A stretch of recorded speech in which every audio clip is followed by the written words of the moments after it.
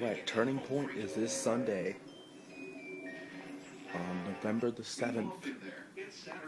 And a few matches were added, a few matches stayed the same. A few matches actually changed. Let's go right to it for the remaining matches that we did go over. Some of them we did go over, but the last part kind of cut off. I don't know why it just happened for some reason, but whatever. Okay, Fortune versus EV2. We went over this one last week, but what we said was true. The winning team will get to fire a member of the losing team. So, let's say, for example, Fortune wins. They could fire Rhino, for example. Or if EV2 wins, they could possibly fire Douglas Williams.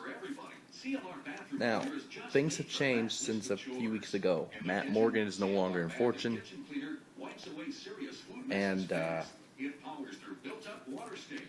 EV2 is more functional than ever. And to be honest, I still got to go with Fortune on this one. The TNA World Title picture has definitely changed. Instead of Mr. Anderson getting the shot, it is now Matt Morgan versus Jeff Hardy for the world title. How, you might ask? Eric Bischoff came out with an open contract, saying if Anderson could pin him and sign the contract, he gets a shot. They diverted with Anderson's music. Matt Morgan won the match. Matt Morgan attacked Bischoff by behind, and Morgan signed a contract, so it is now Morgan versus Hardy. And by the way, there's a side note. I loved JV's introduction, and apparently there is now a kickboxing heavyweight championship in TNA. I don't know why, but there is. If you don't believe me, watch the videos for the main event, whatever. When they show it on YouTube or whatever, if you did see it, it's funny as hell.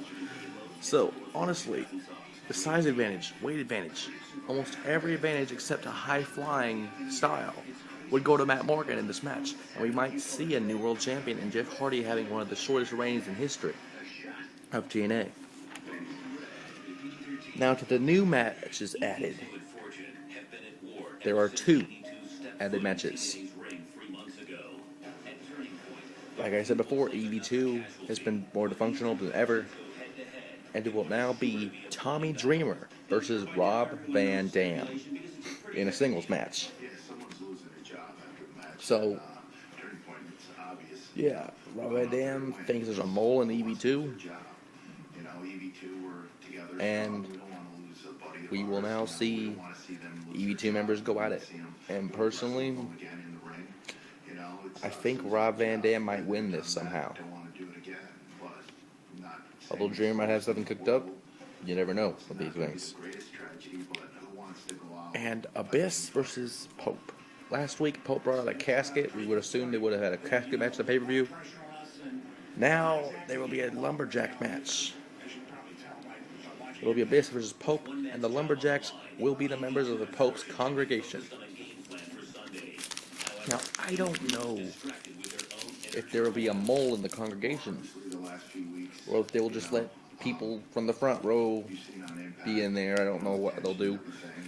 But this is advantage Pope.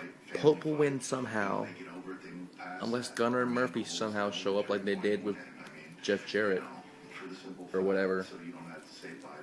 And that's really it.